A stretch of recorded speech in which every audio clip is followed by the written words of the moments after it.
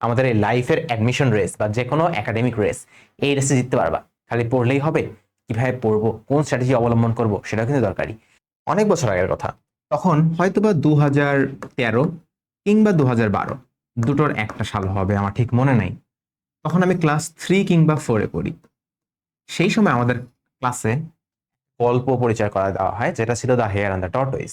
গল্পটা হয়তো আমরা সবাই জানি, যে কিভাবে একটা খরগোশ সে দৌড়ের প্রতিযোগিতায় হেরে যায়। কার কাছে হেরে যায়? একটা কচ্ছপের কাছে। সো একটা কচ্ছপের কাছে একটা খরগোশ কিভাবে হেরে যায়, এটা নিয়ে আমরা অনেক হাসাহাসি করতাম। এখানে যদি একটা বিড়াল থাকতো, এখানে যদি একটা কুকুর থাকতো, ঠিক আছে, কচ্ছপ কিভাবে দেয়, তারপর খরগোশ কিভাবে হেরে যায়, আমরা অনেক হাসি তামাশা করতাম। এটার খুব সুন্দর একটা মোরাল লেখা ছিল।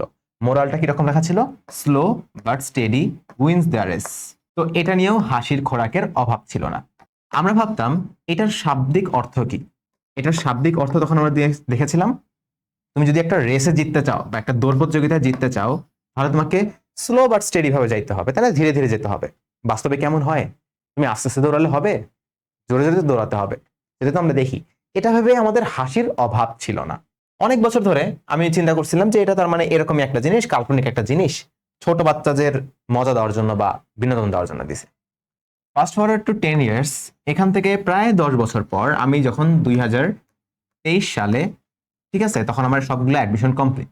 সেই সময় আমি এই লাইনটার খুব ভালো একটা অর্থ বুঝতে পারলাম। দেখো, তোমরা যারা পড়াশোনা শুরু করছো কিংবা পড়াশোনা চলছে, ইন্টারমিডিয়েটে বিশেষ করে, তারা সামনে অ্যাডমিশন দিবা, তারা সামনে অন্য যে কোনো প্রতিযোগিতামূলক পরীক্ষা দিবা। সেই পরীক্ষায় সকলেরই তো ভালো করার ইচ্ছা থাকে। কেউ কি খারাপ করার ইচ্ছা দেখি? কারো কি ইচ্ছা থাকে আমি অনেক খারাপ করবো? থাকে না, সবাই ভালো করার ইচ্ছা থাকে। তার মানে তুমি যদি এটাকে একটা রেসের সাথে তুলনা করো, সেই রেসে সকলেরই জয়ী হওয়ার টেন্ডেন্সি থাকে বা ইচ্ছা থাকে। কিন্তু কি করলে বা কখন তুমি এই রেসটাতে, আমাদের এই লাইফের অ্যাডমিশন রেস বা যে কোনো একাডেমিক রেস, এই রেসে জিততে পারবা, সেটাও কিন্তু একটা খুবই ইম্পর্ট্যান্ট একটা কোশ্চেন। খালি পড়লেই হবে? কিভাবে পড়বো, কোন স্ট্র্যাটেজি অবলম্বন করব, সেটাও কিন্তু দরকারি। একটা বড় কমিউনিটি আছে যারা অনেক ভালো ছাত্র, তুমি তাদেরকে এই র্যাবিট বা খরগোশের সাথে তুলনা করতে পারো। এরা খুব ভালো দৌড়াইতে পারে, খুব ভালো পড়াশোনা পারে। তোমার এদেরকে দেখলেই ভয় লাগবে যে এরা কোথা থেকে আসলো। কিন্তু তাও আলটিমেটলি দেখবা এদের মধ্যে অনেকেই ভালো করতে পারে না। আমি বলছি না অ্যাডমিশনে ভালো করা মানেই ভালো, ভালো করতে না পারলে সে খারাপ হয়ে গেছে, এমনটা না। But একটা পার্টিকুলার রেসে কেন সে ভালো করতে পারলো না যখন সে অনেক ফাস্ট ছিল? এটার কারণটা তুমি এই গল্প থেকেই বুঝবা। এই গল্পটা মেইনলি আমরা কি দেখেছিলাম? আমরা দেখেছিলাম একটা খরগোশ কিভাবে অলসতা দেখায়, কিভাবে দৌড়ানোর কথা সে দৌড়ায় না, সে বিশ্রাম নেয়, এবং যার ফলশ্রুতিতে কি হয়? সে হেরে যায়। কার কাছে? খুবই অপমানজনক ভাবে একটা কচ্ছপের কাছে। এমনটাই হয় একাডেমিক লাইফে। বিশেষ করে যারা শুরু করছো অথবা যারা মিড অবস্থায় আছো, তোমাদের মনে অনেক সময় চিন্তা ভাবনা আসে, থাক আজকে থাক, আচ্ছা এটা তো আমি পড়তে পারবো, এইটুকু পড়া বাকি, এইটুকু পড়া তো কভার আপ করে ফেলা যাবে। কিন্তু এই যে তুমি গ্যাপ রেখে দিচ্ছ, স্কিপ করে দিচ্ছ, আর দিনেরটা দিনে শেষ করার চেষ্টা করছো না, সেই জন্য কি হয়? তুমি আস্তে আস্তে এই খরগোশের মতো ঘুমিয়ে ঘুমিয়ে থাকো। অনেকে আছে এখন গুরুত্বই দিচ্ছে না, কোনো পড়াশোনার চিন্তাই করছো না, ভাবছো আর কয়টা দিন যাক, কিংবা অনেকে ভাবছো কালকে থেকে পড়বো। এই যে কালকে থেকে পড়বো মানে কি? তুমি আজকের দিনটা রেস্ট নিয়ে নিলা। মনে রাখবা, আমাদের এই খরগোশটা হেরে গেছিল কিন্তু রেস্ট নিয়ে নেওয়ার কারণে, যখন তার রেস্ট নেওয়ার কোনো দরকার ছিল না।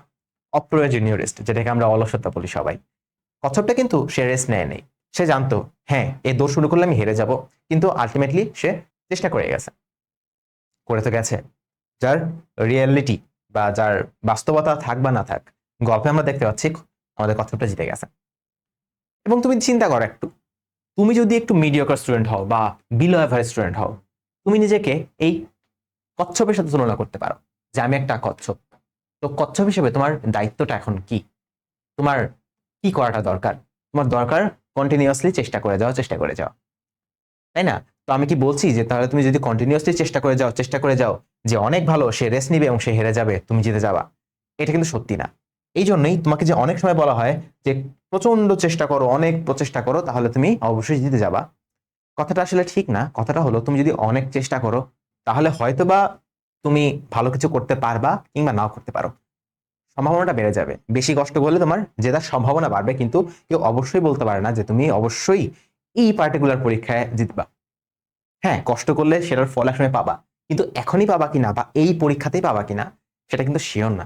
কাজেই তোমার জেতা কিংবা হারা এটা সম্পূর্ণটাই নির্ভর করছে তোমার এবং ভাগ্যের দুটার উপর, শুধুমাত্র তোমার উপর না, তোমার চেষ্টার উপর না, লাকটাও কাজ করতে হয় এখানে। এই যে তোমার যে হার্ডওয়ার্কটা, আমরা যেটাকে বলি হার্ডওয়ার্ক, যেটাকে আমরা সবচেয়ে প্রায়োরিটি দেই, সেটা তো অবশ্যই আছে। তার সাথে তোমাদের এই লাক বা বাংলার শাব্দিক অর্থে যেটাকে আমরা বলি ভাগ্য, এটাকেও কাজ করতে হবে। এই দুটো মিললেই তখন আমরা একটা পার্টিকুলার পরীক্ষায় ভালো কিংবা খারাপ দেখতে পারবো। অবশ্যই যে হার্ডওয়ার্ক করবে সে এক সময় না এক সময় সেটার ফল পাবে, কিন্তু আমি এই পার্টিকুলার পরীক্ষাটাকে কেন্দ্র করে হার্ডওয়ার্ক করছি, কাজে আমি এটাতেই যে ফলটা ভালো পাবো সেটা শুধু হার্ডওয়ার্কের উপর নির্ভর করবে না, সেটা লাকের উপরও নির্ভর করবে। এক্ষেত্রে এই যে মিডিওকার ছিল, এটা একটা মিডিওকার বা বিলো অ্যাভারেজ স্টুডেন্ট, সেটাও চেষ্টা করছে, কষ্ট করছে, তাহলে এর কি জিতে যাওয়ার, এ তো অনেক প্রচেষ্টা করছে, তাহলে এখানে জিতার সম্ভাবনা শতভাগ? অবশ্যই শতভাগ না। এখানে একটা লাক ফ্যাক্টর বা ভাগ্য ফ্যাক্টর আছে। সেটা হলো এই খরগোশটাকে অবশ্যই বিশ্রাম নিতে হবে। যদি এ রেস্ট না নিয়ে দৌড় শুরু করে তাহলে কিন্তু এই যতই পরিশ্রম করুক সে পারবে না। তুমি কি খরগোশ নাকি তুমি কচ্ছপ? যদি তুমি কচ্ছপ হও তাহলে তোমাকে অবশ্যই এই লাক ফ্যাক্টরটা মেনে নিতে হবে, মেনে নিয়ে তোমাকে চেষ্টা চালায় যেতে হবে।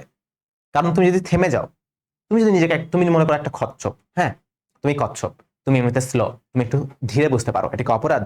তুমি কি অপরাধ করছো? না, এটা তোমার বৈশিষ্ট্য। তাহলে এখন তোমার কাজ কি? তুমি যদি মনে করো আহা আমি তো কখনো জিততে পারবো না, তাহলে তুমি যদি বসে থাকো যে ঠিক আছে আমি একটু ঘুমাই, তুমি এমনি স্লো, তুমি যদি আবার ঘুমাও তাহলে কি হবে? চিন্তা করো তো, গল্পটা যদি এরকম হতো যে দুজনে রেস শুরু করছে, কচ্ছপটা বলতেছে আচ্ছা আমি একটু ঘুমাই, তুমি কি কচ্ছপটাকে গালি দিতা না? এই তুই স্লো, তুই কেন ঘুমাবি? জিনিসটা এরকম। তুমি যেহেতু স্লো, তোমাকে অবশ্যই অবশ্যই কন্টিনিউয়াসলি চেষ্টা করে যেতে হবে, করে যেতে হবে, করে যেতে হবে। এবং তোমাকে অবশ্যই এই লাক ফ্যাক্টরটা মেনে নিতে হবে যে হ্যাঁ, যদি আমি এই পরীক্ষাটাতেই ভালো করতে চাই তাহলে অবশ্যই আমাকে একটা লাক ফ্যাক্টর কাজ করতে হবে। এবং এই লাকের উপর আমাদের কোনো হাত নেই, এটা সৃষ্টিকর্তা প্রদত্ত। আমরা এই হার্ডওয়ার্কটা শতভাগ নিশ্চিত করার চেষ্টা করবো যে এখানে কোনো গাফিলতি নেই। এরপরে যদি কোনো ভুল হয়, কোনো ত্রুটি হয়, সেটা অবশ্যই আমার লাকে ছিল না, আমার ভাগ্যে ছিল না, আমার তকদিরে ছিল না। এবং হার্ডওয়ার্ক যে করছো, তুমি যে পারসিস্টেন্সি দেখাইছো বা তুমি যে ডিসিপ্লিনটা মেনটেন করছো, এটা তো অবশ্যই তোমার লাইফে একটা বড় একটা রোল ফ্যাক্টর করবে বা একটা বড় অংশ জুড়ে ভালো প্রভাব বিস্তার করবে। বুঝতে পারছো? এই জন্য তুমি যদি কচ্ছপ হও, এই ক্যাটাগরির হও, তোমাকে কনসিস্টেন্টলি চেষ্টা করে যেতে হবে এবং নিজের লাকের উপর বিশ্বাস রাখতে হবে। আর তুমি যদি খরগোশ হও তাহলে সেক্ষেত্রে তোমার মূল কাজ কোনটা? মূল কাজ হলো নিজের উপর ওভার কনফিডেন্স গ্রো করে থেমে না যা, বা ঠিক আছে আমি তো পারি, আমি তো পারবোই, আচ্ছা আমি কেবল শুরু হচ্ছে, পড়ে ফেলবো, 2 বছর তো আছে, হবে না। তুমি এইভাবে রেস্ট নিয়ে নিয়ে বা ঘুমিয়ে ঘুমিয়ে পার করতে পারবে না। তোমাকে এখন থেকেই ভালো কিছু করতে হবে। কথাটা কি মাথায় ঢুকছে? ইচ্ছা আশা করি মাথায় ঢুকছে। সো তুমি যেই রোলেরই হও, তোমাকে তোমার বুঝতে হবে যে তুমি কোন অবস্থানে আছো এবং তোমাকে কি করতে হবে। সো আলটিমেটলি তোমার কষ্ট করতেই হবে। তুমি কচ্ছপ হও, তুমি খরগোশ হও, তোমাকে কষ্ট করতেই হবে। কেউ পড়াশোনার দিক থেকে কচ্ছপ হইতে পারে, খেলাধুলায় সে আবার খরগোশ হতে পারে না? অনেক আছে, প্রচুর আছে। তো পড়াশোনার ক্যাটাগরি চিন্তা করলে বা পড়াশোনার সিনারিওটা চিন্তা করলে, ভাই আমি খুব ভালো পড়তে পারি না, তুমি হলে কচ্ছপ। ভাই আমি অনেক ভালো, আমার ব্রেইন, আমার আইকিউ অনেক ভালো, আমি সবসময় সবগুলোতে গোল্ডেন পাইছি, স্কলারশিপ পাইছি, তুমি এই খরগোশ। এবং অনেক খরগোশকে আমি চিনি, মানে মানুষকে চিনি, যে এই খরগোশটা খুবই ভালো রেজাল্ট করছো, কলেজ লাইফে অনেক ভালো রেজাল্ট করছে, বাট হঠাৎ একটু অবজ্ঞার কারণে, হঠাৎ একটু খাপ ছেড়ে দেওয়ার কারণে সে অ্যাডমিশনে যায়, মানে অতটা আশানুরূপ ভালো করতে পারেনি। আবার অনেক খরগোশকেও আমি চিনি যে মোটামুটি খারাপ রেজাল্ট করতেছিল, ইভেন আমার রুমমেট আছে অনেকগুলো, বুঝতে পারছো? তো মোটামুটি খারাপ রেজাল্ট করতেছিল, গ্যাপ আছে, এই আছে, পিছিয়ে গেছে অনেকখানি, কিন্তু লাস্ট মোমেন্টে যে অনেক হার্ডওয়ার্ক করছে, এবং অবশ্যই তাদের এই যে এই জিনিসটা ভুলে যাওয়া যাবে না, অনেক হার্ডওয়ার্ক করছে এবং তাদের লাকটা তাকে সাপোর্ট করছে এবং সে চান্স পেয়ে গেছে। ঠিক আছে? এটা যে কোনো ক্ষেত্রেই সত্য, পড়াশোনার ক্ষেত্রে না। এটা পড়াশোনার সিনারিওতে বললাম। পড়াশোনার বাইরে যাও, খেলাধুলার ক্ষেত্রে যাও, কিংবা পড়াশোনার বাইরে যাও, তুমি কর্মক্ষেত্রে যাও, যে কোনো কিছু করার ক্ষেত্রে, যে কোনো কিছু করার ক্ষেত্রেই কেউ দুর্বল থাকে, কেউ সবল থাকে। সবলকে কখনোই বিরতি নেওয়া যাবে না, বা নিজেকে ওভার কনফিডেন্ট মনে করা যাবে না, নিজেকে বড় কিছু মনে করা যাবে না যে আমি একটু রেস্ট নেই, আমি তো পারবোই, তাহলে কিন্তু পারবে না। ঠিক আছে? কাজ করে যেতে হবে। আর যারা একটু ওই সেক্টরে দুর্বল, তুমি যদি ওই সেক্টরে ভালো করতে চাও, তাহলে তোমাকে কনসিস্টেন্টলি নিজের উপর বিশ্বাস রেখে অনেক চেষ্টা করতে হবে। খরগোশের চেয়েও বেশি চেষ্টা করতে হবে, পরিশ্রম অনেক বাড়াতে হবে, এবং তারপর তোমাকে ওই লাক ফ্যাক্টরটা মাথায় রাখতে হবে যে লাখে যদি হয় তাহলে আমি পাবো, না হলে আমি পাবো না। খরগোশটা ঘুমিয়ে যাওয়া একটা লাক ছিল। হ্যাঁ, কাজে এটা মাথায় রাখবা। ভালো মতো পড়াশোনা করো, কোথাও কোনো গ্যাপ দিবা না। তুমি খরগোশ হও কিংবা কচ্ছপ, যুদ্ধে কিন্তু যে কেউ জিততে পারে। গল্পটা কিন্তু আগে থেকে লেখা থাকে না, তুমি লিখবা।